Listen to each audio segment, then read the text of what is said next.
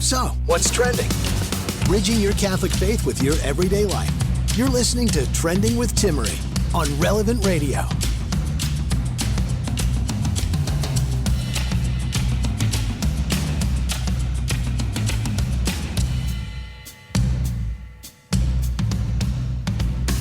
So apparently I'm getting credit for breaking WhatsApp, Facebook, Instagram. I will take it even if it's just coming from my mother, okay?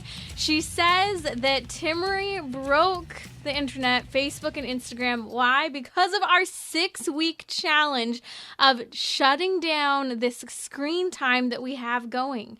This is, I think, a really interesting concept. Did we break the internet? If you were doing our 6-week challenge of giving up social media, Instagram, Facebook, WhatsApp, Snapchat, you name it. But also remember, the screen challenge, the 6-week detox, includes TV shows, movies. So let's break Netflix. Let's break Amazon Prime. I think it would be great if we were to eliminate all of these things for a time. Okay, but let's be real. How many times today did you go back to the app that you know and love, whatever your favorite go-to is, and it still wasn't working?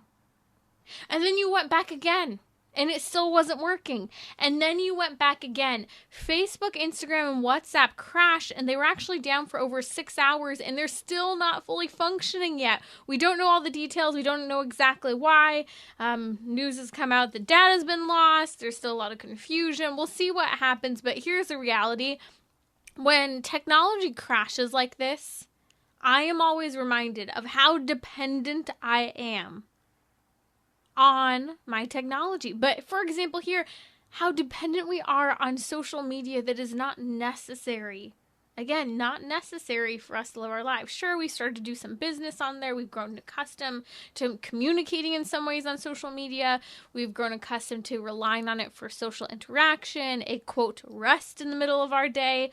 But let's be real. We should realize that if you're not already doing the 6-week challenge, 6 hours of these social media platforms being down today should be all you need to make it happen and join our screen challenge here on Trending. If you want to learn a little bit more about that, please listen to the show where we'll post a link on social media as well as the podcast notes for today where I explain the 6-week challenge, what to replace, what to bring in. We'll also post a link to the show with Sister Tina Alfieri where she explains some things that we can do while we're incorporating this screen challenge, which is really important because she's an addiction specialist, a coach and therapist who really helps people with building up good habits, cutting down bad habits, even if you don't think you're addicted.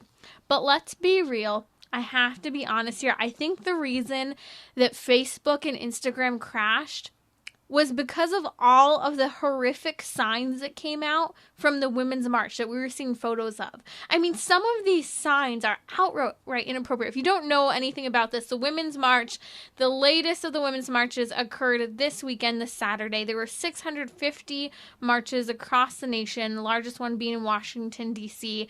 They are so upset about the Texas abortion law that is literally saving lives of babies. And they're also afraid. They're afraid that Roe versus Wade will be overturned. They believe this may be the end of abortion. Do we have this level of hope? I think this is important that we see how concerned they are.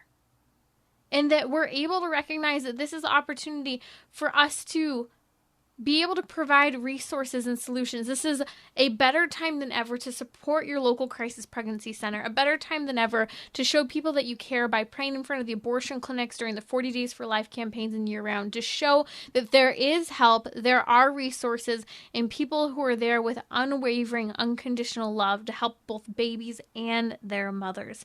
If you'd like to join our conversation today, the number is 1-888-914-9149. You can also join me live on Instagram and ask your question. We'd love to hear from you. It's our weekly happy hour here on Trending, and joining me, I'm very excited and honored to have him, is Lieutenant Colonel Dave Grossman. Lieutenant Colonel Dave Grossman is retired from the Army. He's our top law enforcement trainer in the nation, training all branches of military as well as our first responders.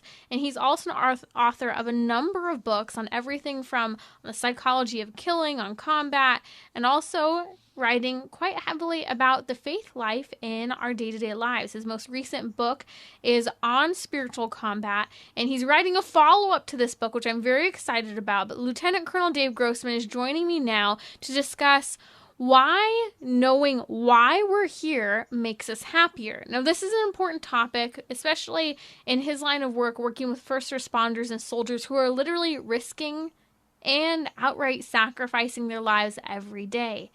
And it's important that we as human beings discover our purpose in the midst of any sacrifice we make.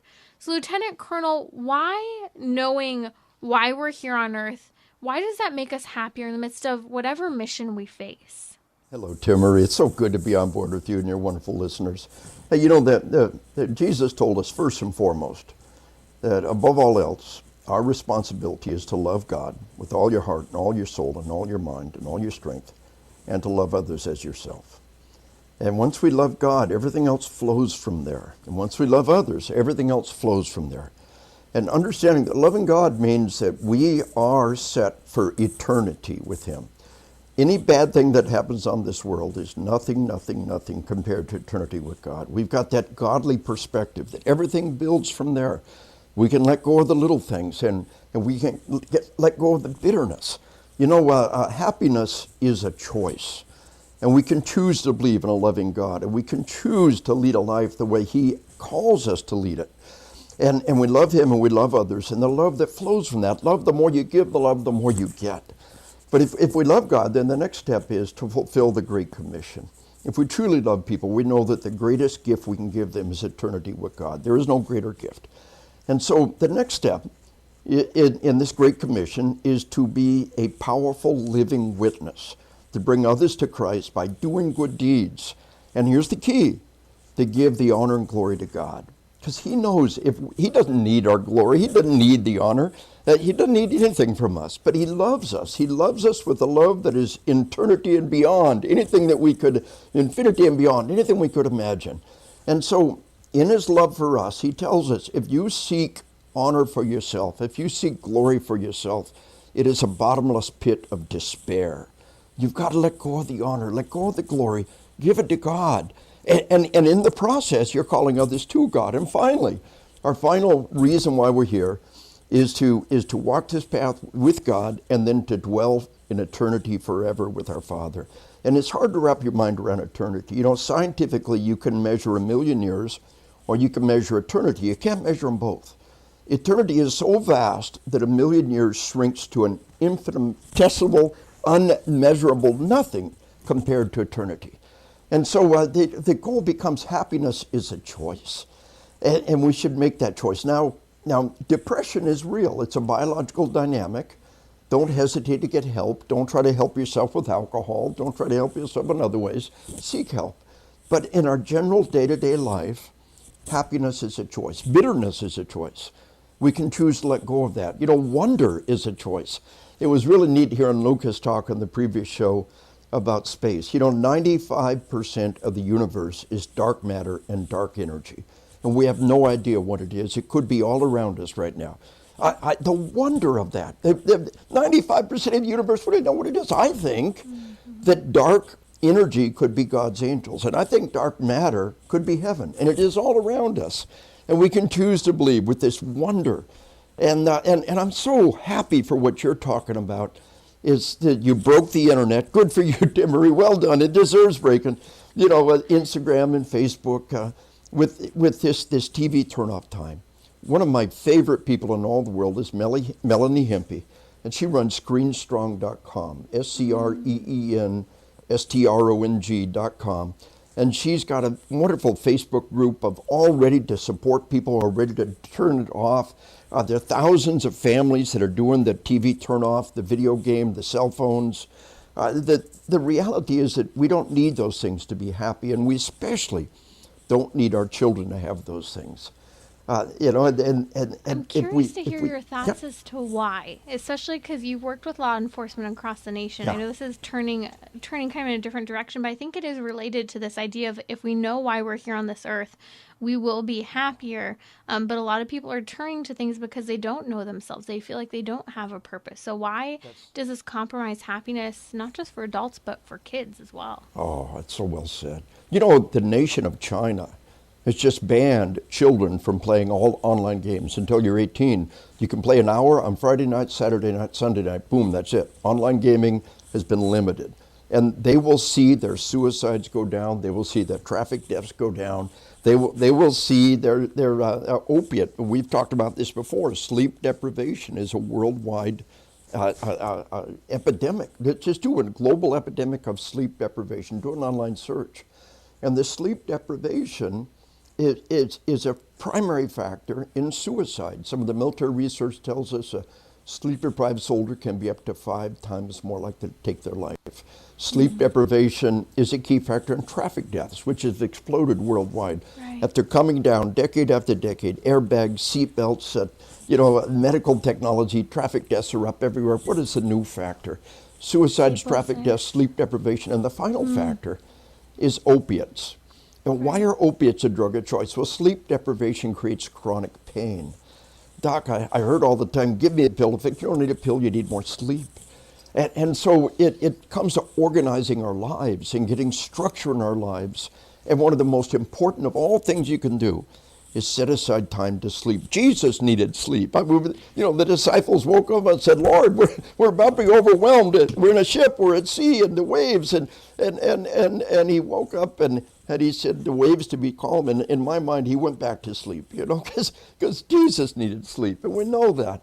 We've got to, first and foremost, block out time in our lives for sleep. And that's why these incredibly intrusive video games, these incredibly intrusive cell phones all night long. And we see this linked to our suicides with our children, the bullying coming with the cell phones all night long, and binge watching TV shows. And we look at a suicide. Why did they take their lives? Well, were they sleep deprived? Oh yeah, he played the new video game for the last 3 nights straight. Was he sleep deprived? Oh, she binge watched shows for the last 3 nights straight.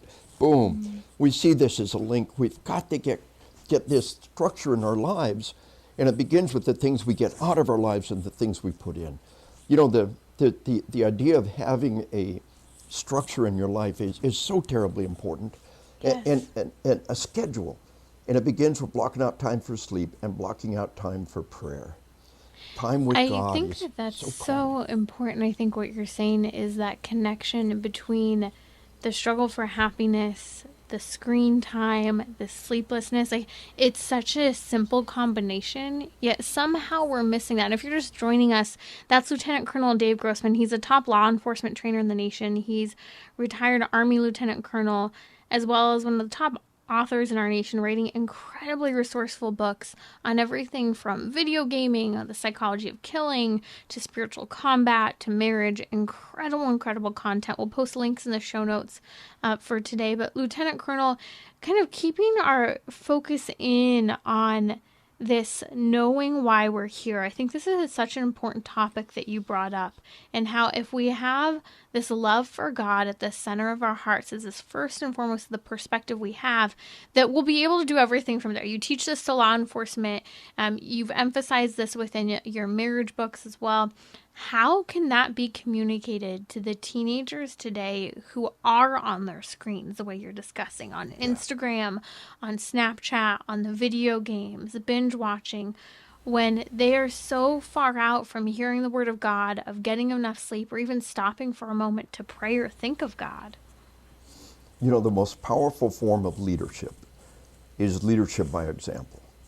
And as parents, do we love that television so much that we have to watch it while the kids are there? Do we love all of this stuff in the world? Do we love it more than we love our children? Can we set this stuff aside and send our children to bed and set aside an hour for us to have some quality time, maybe a great movie to catch together, and leave it at that? It comes back to leading by example. If we are off to church and we're off to Mass, and we bring our children with us from the youngest days, and we lead by example. Jesus led by example. And of course, the ultimate example was his sacrifice on the cross for our salvation. But can we do any less for our children? You know, we would die for our children. We would stand up and lay our life down for our children. And yet we don't want to live for our children. Live that full, rich life. Don't get lost on that cell phone. And one of the things to set aside is some family time.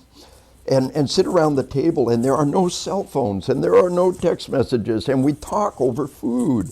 And there's a biological dynamic. When you talk over food, you put in place parasympathetic processes. It calms us down. It makes other parts of our brain come alive. We can talk and we can engage. If we got that cell phone going during dinner, what lesson are we teaching our children? We've got to lead by example, to lead our children away from this dark and desperate place to which we travel. Interesting topic. If you were raising young children today, would you give them cell phones and video games? And if so, what would the balance be? Absolutely not. And I think it isn't until they're very mature teenagers, like their senior year in high school. Melanie Hempy, screenstrong.com, she's got a great little book called Will Your Teenager Survive and Thrive Without Cell Phones? And the answer is yes.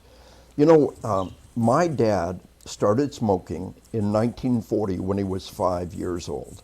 He plunked a nickel on the counter, bought his first pack of Bull Durham tobacco and rolling papers, and started smoking. And they said, well, you know, candy rots teeth. It's his money. Cigarettes are good for you. Doc smoked, dentists smoke. They know what they're doing. Cigarettes are good for you. And the tobacco industry fought tooth and nail to keep selling tobacco to children. The whole battle of tobacco is over one thing. Don't sell this stuff to children. Now we've got another industry fighting tooth and nail to sell their products to children. The cell phones, they don't need that. It's like children buying tobacco or alcohol or firearms or, you know, automobiles. There's so many things adults can do, but kids can't.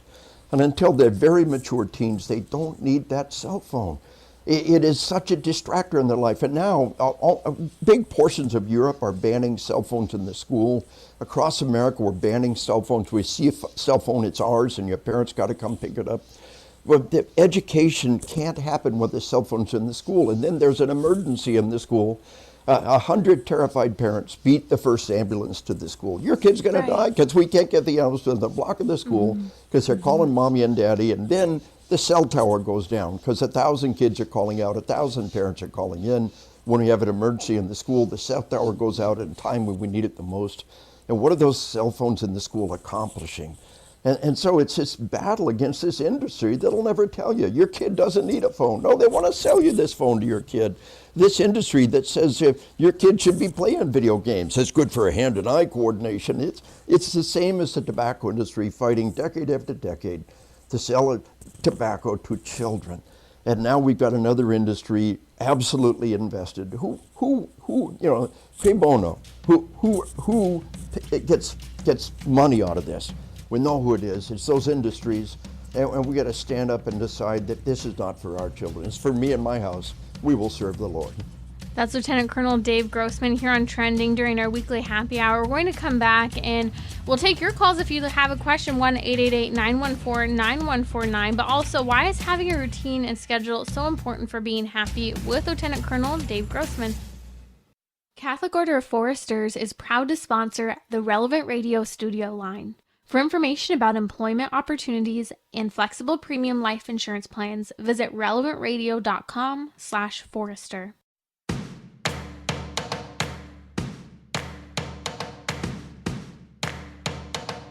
We're talking about what you're thinking about.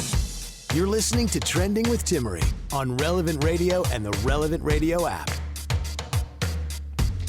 It's our weekly happy hour here on Trending. Coming up, I have a question for you.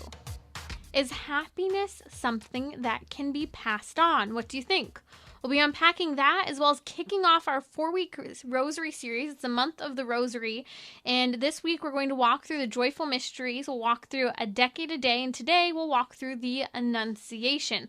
Just a thought. Have you thought about this? Why is it that we talk about Mary's joy, but we never talk about Our Lady's happiness?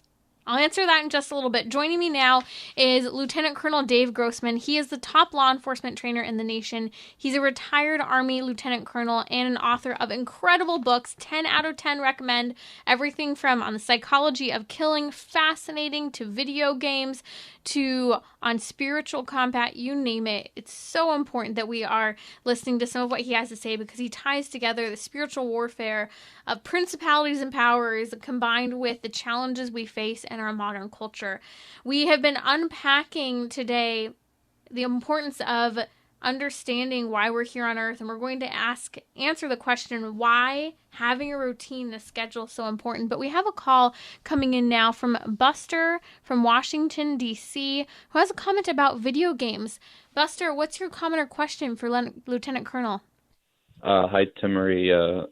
Hey, Lieutenant Colonel.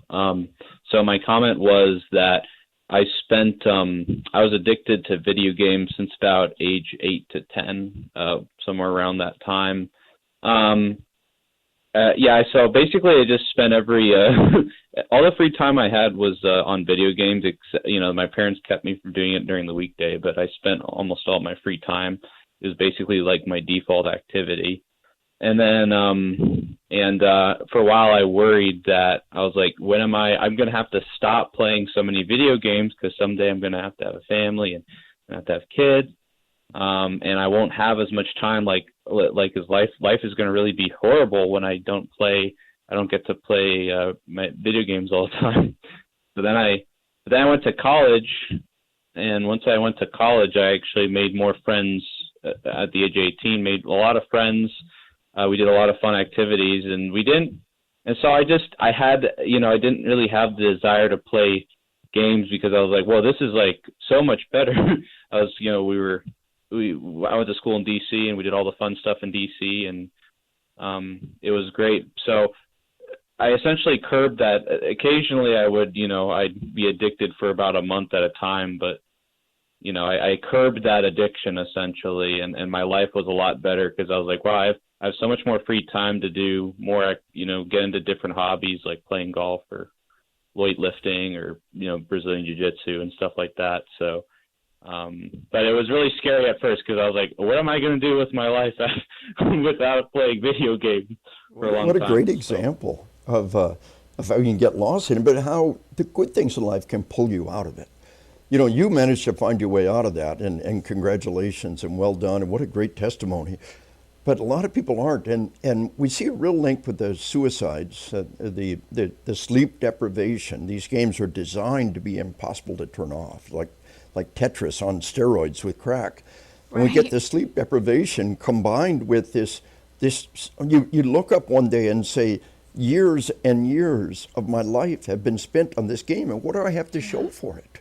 What have I got to show for it? What kind of lasting friendships? What kind of lasting blessings have I got to show for this? And so there really is value. I think one of the most important things, and we got a whole section in my book on spiritual combat, about how gratitude is so critical to happiness. Happiness can be passed on, and one of the best ways to do it is by showing gratitude. But one of the things that we recommend is what I call my happy thoughts blessing list.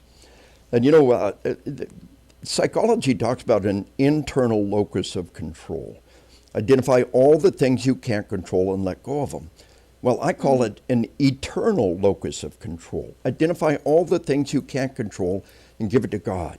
Identify the things you can control, and right now, you can write down a list or open the Notes app on your cell phone and start listing blessings, happy memories. Every time a happy thought comes to you, a happy memory, a happy recollection comes to you, sit down and jot it down. And you will be astounded at how long that list will be in no time at all.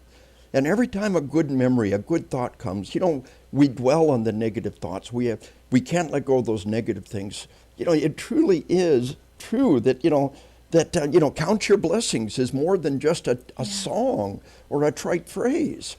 Count those blessings, count those good things in your life, list them, write them down, and then every time a new one occurs, review them and add a new one to it, And it's astounding how they build over time and what joy they can give you.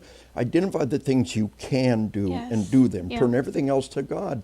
And that starts with putting a structure in your life and having a schedule and some structure and discipline in your life. That's something you can do to bring your life under control. I want to touch on that in just a moment, why having a routine and schedule is so important. But just a final thought kind of on Buster's call, the fact that, there was this addiction from starting around 8 or 10 until about 18 or so to video games, I think that that's really significant because, that's 10 or so years of your life. And to have the maturity to recognize you're at the point, well, having a family is going to get in the way of my video game playing. To kind of start to see stuff like that, you see that. And I want to encourage anyone who's listening, if you don't see that with, anything from video game playing to Instagram use to Snapchat to over text messaging, it's important that we're all taking stock of our lives. And I think even this outage of Facebook, Instagram, and WhatsApp is a good reminder of that. If you've been checking multiple times today or did at any point to see if the feature you wanted or the app that you needed, quote, needed, was functioning. So let's bring this to Lieutenant Colonel Grossman here on Trending with Timmery. Why having a routine and schedule is so important for our happiness. I don't want to let go of the thing with Buster. Just one real quick point to make on all of that. He had the wisdom to see that he had a life, but his childhood was stolen from him. Yes. His childhood was stolen. Yes. He wasn't able to be a kid. One of the things we'd say is let your children be children while they can. Let them have a childhood. And childhood is not about playing video games every waking hour. Going to school and playing video games. He did the absolute minimum his parents made him do. That his childhood is stolen from him. Don't let that happen to your children. Don't let these things steal their childhood away from them. These are addictive substances they need to be protected from. But going back to the routine, it's about gaining control over your life. Control the things you can control. And that begins with setting up a routine in your life. And that begins with sleep. It really is that basic foundation. But the next is prayer time. I go for a walk every day, and my little dog is my prayer partner. And she listens to all my prayers. And prayer is a conversation with God. And conversation includes listening. Allow time in your prayer time to as you pray and thoughts occur and God is talking back to you. Prayer is a conversation with God, and that includes a lot of listening. And I look at how short my prayer is if I just rattle it off. But as I'm walking and praying, and my little prayer partner, my little chocolate lab, whose specialty is lab testing any chocolate anywhere in the house, and that's such a beautiful time in our lives. And when I don't get that, I know that. I know I've lost something in my life. And the final routine, the three most important things is to block out sleep time, prayer time, and family time. And even if it's just everybody gets together around the table 1 hour a day, no cell phones. Dad, Mom, your cell phone will keep. What message are we giving our children when we interrupt family time to look at the cell phone? Whatever's on there, it will wait. It is not life and death. You've got to get control and recognize the fact that that cell phone is not critical. Nothing good is coming over it. Nothing important is coming over it as compared to you sitting and talking to your children about their day around the dinner table. Get control of that life. Block it out. Maybe 2 hours every evening to watch a family-friendly movie with the family, and that's it. And get control of your life. And it begins by letting go of all those things out there that are stealing your family and stealing your children's childhood. Video games and text messaging, this is not family, this is not childhood. Don't let these things steal your childhood and steal your family away from you. Get control of those things and get structure in your life. And that goes back to establishing that routine. Lieutenant Colonel, I think these are wise words of wisdom, the simplest things to implement, starting with sleep. I think sleep is what gets in the way for so many of us. Lack of sleep makes us angry, extra hungry. As you mentioned, people experience severe chronic pain from sleeplessness, suicidality, depression, it's anxiety. It's a key factor in Alzheimer's and dementia. We know that sleep deprivation is one of the great predictors in Alzheimer's, and lack of deep cycle sleep.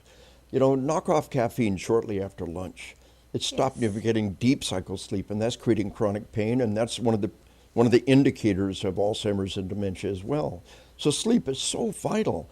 You know, the head of Netflix said that their number one competitor is not other online providers. Their number one competitor is sleep. The corporate policy of Netflix is to steal your sleep. They don't care that it's killing you, a heart disease, and all kinds of other problems. They don't care that it's destroying your family and destroying your life. They don't care that it's a precursor to Alzheimer's and dementia. They just want to sell their product. And so we got to get control of our family and get control of our lives.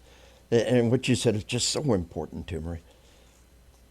That's Lieutenant Colonel Dave Grossman here on Trending with Timmery. If you were to recommend one of your books for parents to read to help understand the seriousness of what we're facing today, what would you recommend they read today?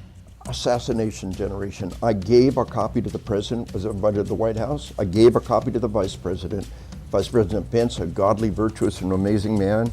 Assassination Generation, Video Games, Aggression, and the Psychology of Killing. It's got about 400 five-star reviews on Amazon. That's Lieutenant Colonel Dave Grossman here on Trending. I'll be right back.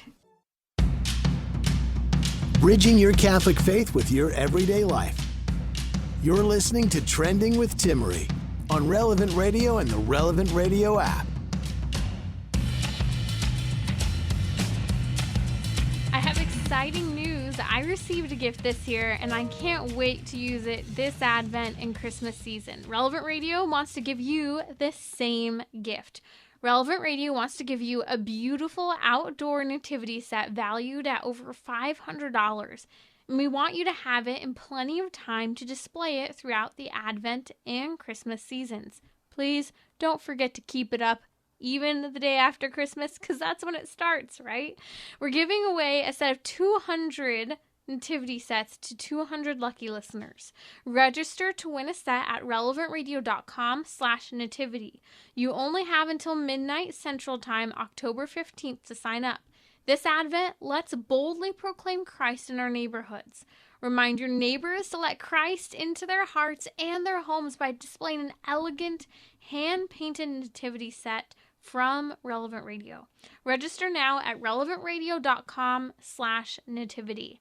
Okay, it's our weekly happy hour here on Trending, and my question is this. If you'd like to weigh in on the conversation, you can comment now on Instagram or give me a call. The number is 1-888-914-9149. Is happiness something that can be passed on? I thought this was a fascinating question that my producer Lucas asked last week, and I've kind of been pondering it throughout the week. In other words, another way to put this, is happiness contagious? Can happiness be passed along? I say no. What do you think? Here's why I think happiness can't be passed on. You see, feelings may seem contagious, and remember, happiness is an emotion. It's a feeling. It's fleeting. It's transitory. It can come and it can go. It can be consumed by our next emotion that we feel.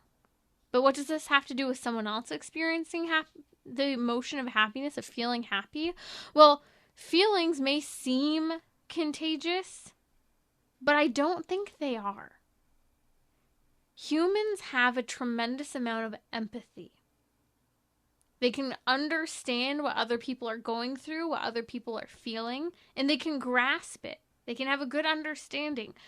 But this is part of why listening is so important. We're meant to be heard and to experience things with other people.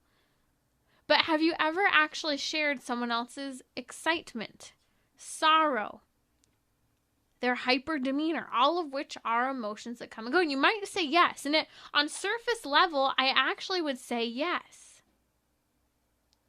But then I was really thinking about it. When someone else is excited, for example, my family loves going to Disneyland. And let's say my family's really excited about going to Disneyland, and I'm going with them. Well, we're excited. Some people are more excited than others, especially my mom. My mom loves Disneyland.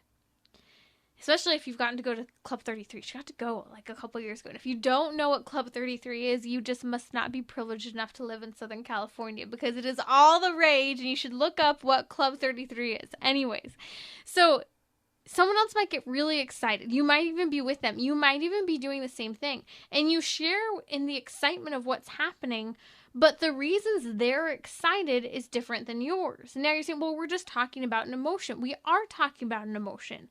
But you see, I get excited to go to Disneyland for different reasons than perhaps you would get excited to go to Disneyland.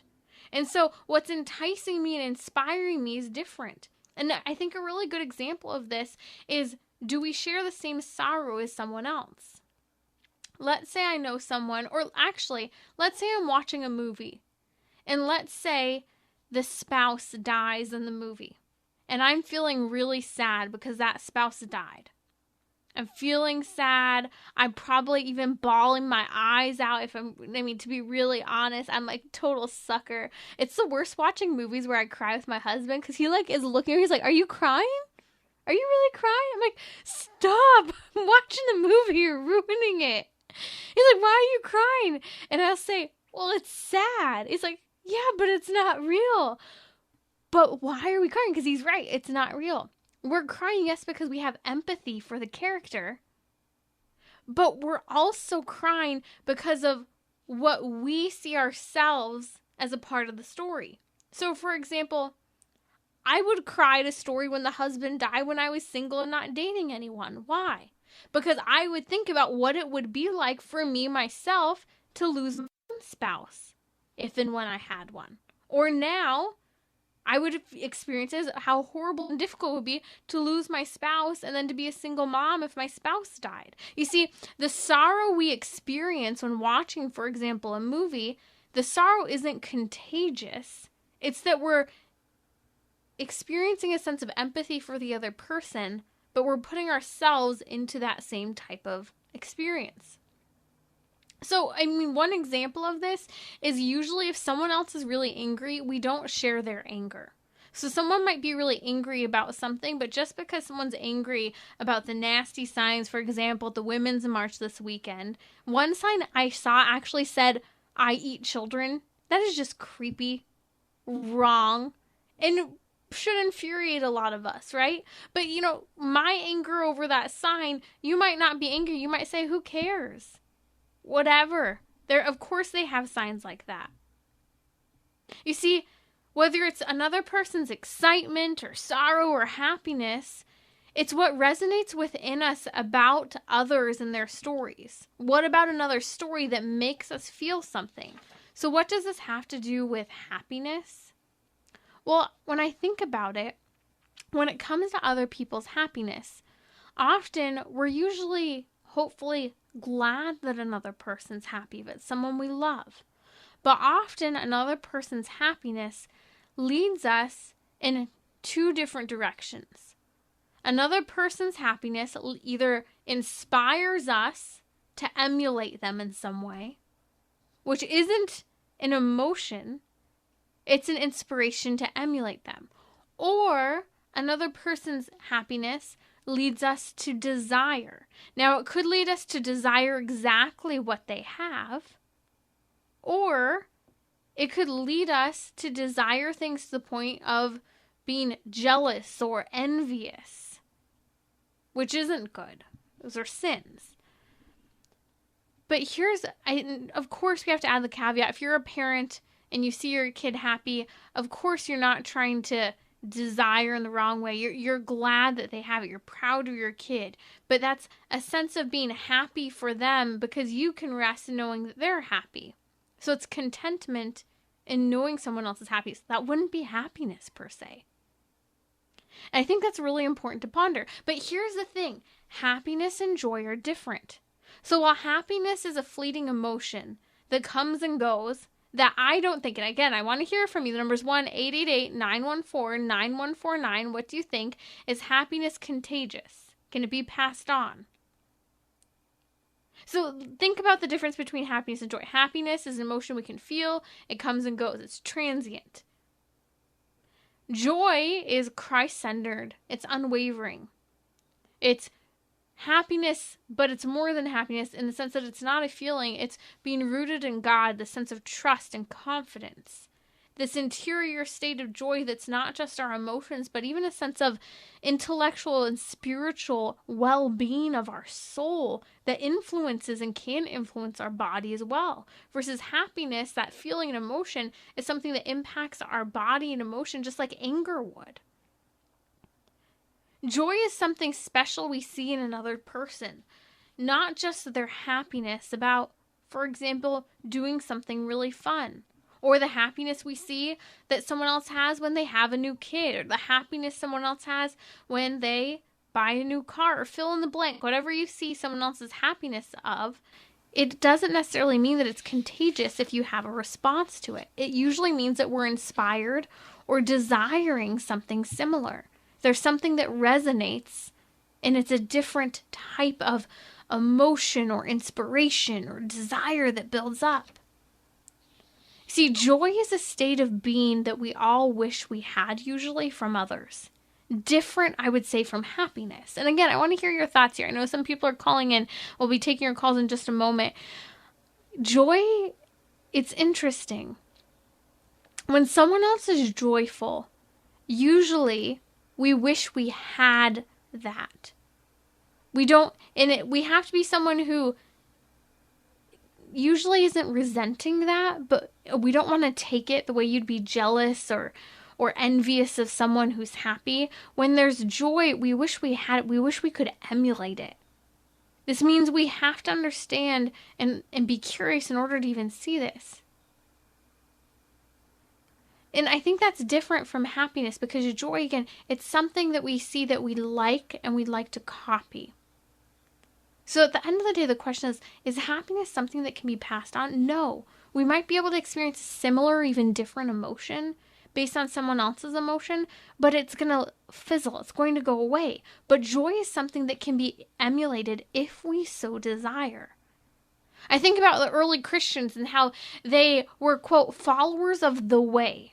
The way would be the way of Christ, the way of the cross. I think of, for example, Saint Therese, the little flower, Saint Therese of the Lisieux, and she's known for her little way that has inspired many other people of doing small things with great love. Jesus Christ himself inspired all of Christianity over 2,000 years later. By this death to self, love of neighbor, the sacraments, living a life rooted in God.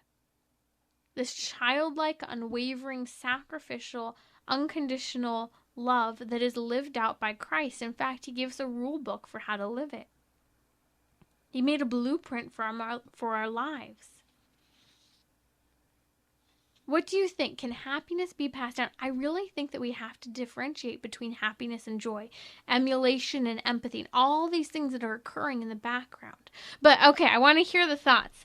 Let's see. Calling from Athens, Georgia is Sam. Sam, what do you think? Can happiness be passed on? Well, I do not disagree with anything that you've said, but I'm wondering if happiness can't be passed on, how do you cheer someone up that is sad? That's a really great question. Okay, but happiness is an emotion. So I could cheer someone up, but I could feel really down. Like I could be totally grumpy, but I could see, for example, that maybe my husband comes home and he needs some cheering up. I could still be grumpy, but I could still overcome my emotion of grumpiness to try to help to cheer someone up. So I see what you're saying, but I don't think I'd say that would be happiness being contagious. I think that would be intentional thoughtfulness towards someone else. Fascinating. Okay, if you have a thought, the number is 1-888-914-9149. What do you think? Is happiness contagious? Okay, N8N Payne on Instagram. Hey, Instagram's working. Commented. He said he disagrees with me as well. I love it. I love these conversations around happiness. He thinks that happiness can be infectious, and you can experience happiness with someone else without wanting what they have. I agree. You don't necessarily have to have what they want to have, but even when you experience happiness with someone else, are you experiencing the happiness from someone else? Are you experiencing someone else's emotion? Or are you happy because you're with them? Are you happy because of the same thing you're enjoying? I'm curious, what do you think? Because this is a fascinating thing that we can all kind of ponder for a second. Is happiness contagious? Can it be passed along? Okay, Lucas just commented, well, what about gratitude? That is fascinating. We can be grateful for the same thing. We can be happy about the same thing, but are we happy for the same reasons? Are we grateful for the same reasons? I think that's fascinating. Something to think about. Can happiness be passed on? You're listening to Trending with Timmery here on Relevant Radio. You're joining us during our weekly happy hour of exciting news in the month of the Rosary. And by the way, you can pray the Family Rosary across America here on Relevant Radio coming up next. We are encouraging everyone to pray the Rosary daily. Pray it with your family. Pray it in the car. Pray it wherever you can. One of the things I've always found interesting is that praying the Rosary, it's not difficult to find the time to pray the Rosary. I actually think the hard part about praying the Rosary is staying in a state of prayer and not thinking about a million other things while we just go through the motions of praying one Hail Mary after another after another. I have really struggled over the last year praying my Rosary. I will find myself on like the last Hail Mary of a decade or the last Hail Mary of the entire Rosary, and that will be the first time I paid attention since the beginning of the prayer, because I've just been going through the motion of praying one Hail Mary after another, praying the Our Father. Sure, you announce the decade, but completely missing out on the meditation. The Rosary, yes, we pray the same exact words over and over again, but we're meditating on a mystery. One of the most helpful things, and it's a guidance given by St. John Paul II when he gave us the luminous mysteries. He said that when we're praying the Rosary, that we should stop after announcing what the decade is. So let's say, for example, the third joyful mystery, the Nativity. You pause after saying it to put yourself in the frame of mind to start pondering the Nativity. And then after an appropriate pause for a time, then you start praying the Hail Marys to help put you within the context. It's like planning your work in order to do it successfully. I found this extremely helpful, but then the challenge is am I staying rooted enough in that mystery, in that decade itself, to ponder it long enough?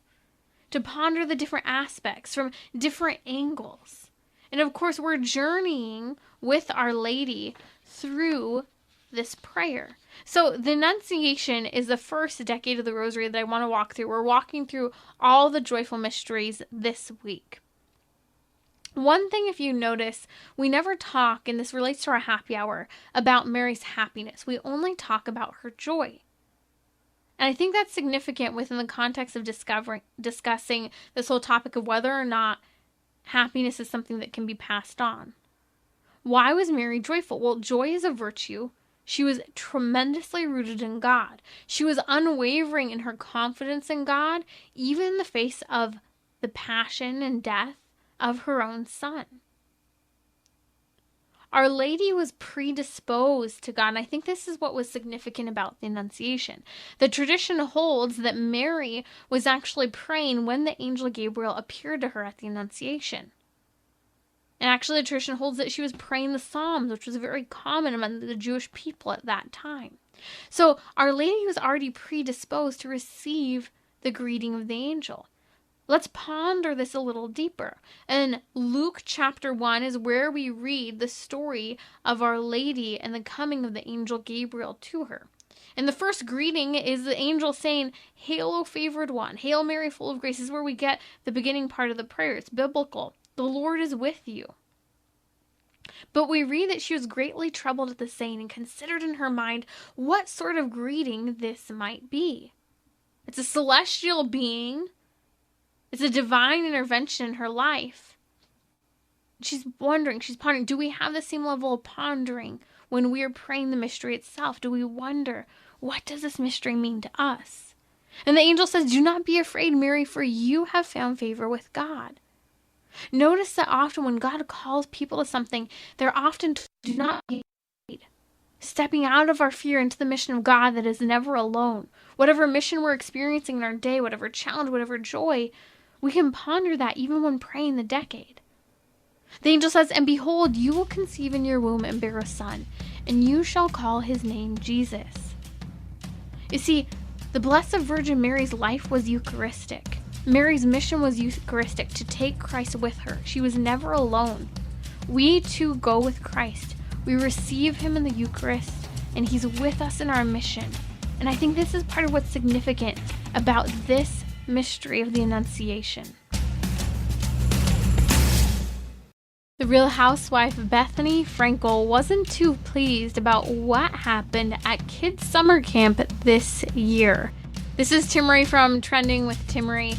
Tuesday, we're continuing our new series on the Rosary, The Joyful Mysteries, and we'll talk about the Visitation, walking through one by one each decade every day of the week.